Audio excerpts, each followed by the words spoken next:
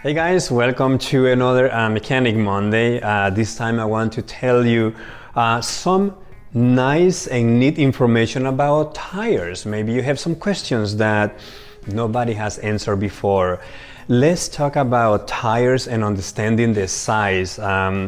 Here in the store, we notice that many people struggle finding the tires. They come, they tell us the size, but they go home and that's the wrong tire. So I have one tire here to show you something. If you want to purchase a new tire, pay attention to all the numbers that the tire has, because you will find the French size, you will find the inch size that other countries use, and you will also find the international size.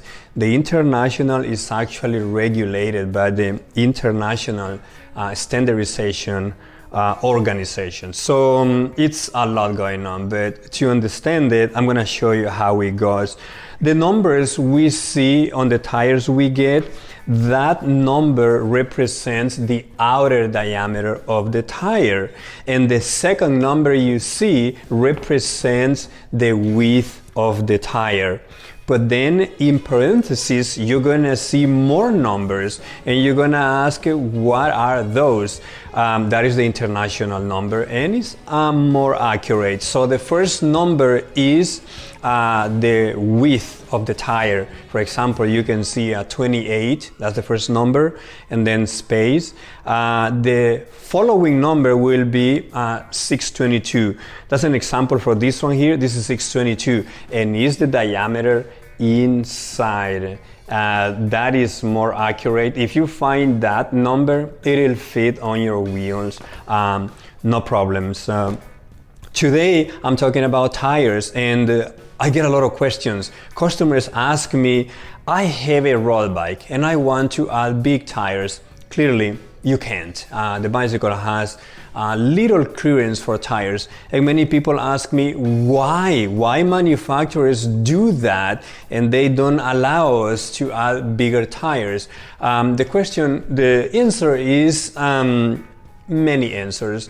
The first one is if you need a rim brake, then they can't design a brake that can take all tires. That is one thing. But the main thing is if you were able to add bigger tires to a bicycle, you are changing the geometry on the bicycle. Because of that, the riding experience is going to change a lot. If it changes a lot, you could have an accident, injuries, and so manufacturers don't want to go through that. So basically, they don't want you to change the bike geometry too much. There you have it. That's why you have little room to add bigger or smaller tires. Bigger tires will take your pedals away from the ground. When the bottom bracket is too high, you lose control over your bike. So not recommended. If you were able to add really skinny tires to your bicycles, now your pedals go too low, the pedals could hit the ground. You don't want that. Let me finish this video, guys, with something that we get every day. Some people get mad when they see the Presta Stems. Okay, the skinny one that you see is called Presta, and then the bigger ones that you see are called the Schrader. This is the same standard used by cars. I want to explain you why we have two. Bicycles originally adopted this design. Why? Because we already have it. They were on cars and it was easy to go to a gas station anywhere. But then later on, professional bike racers needed some help. And the problem was the pumps they were carrying, they are really small.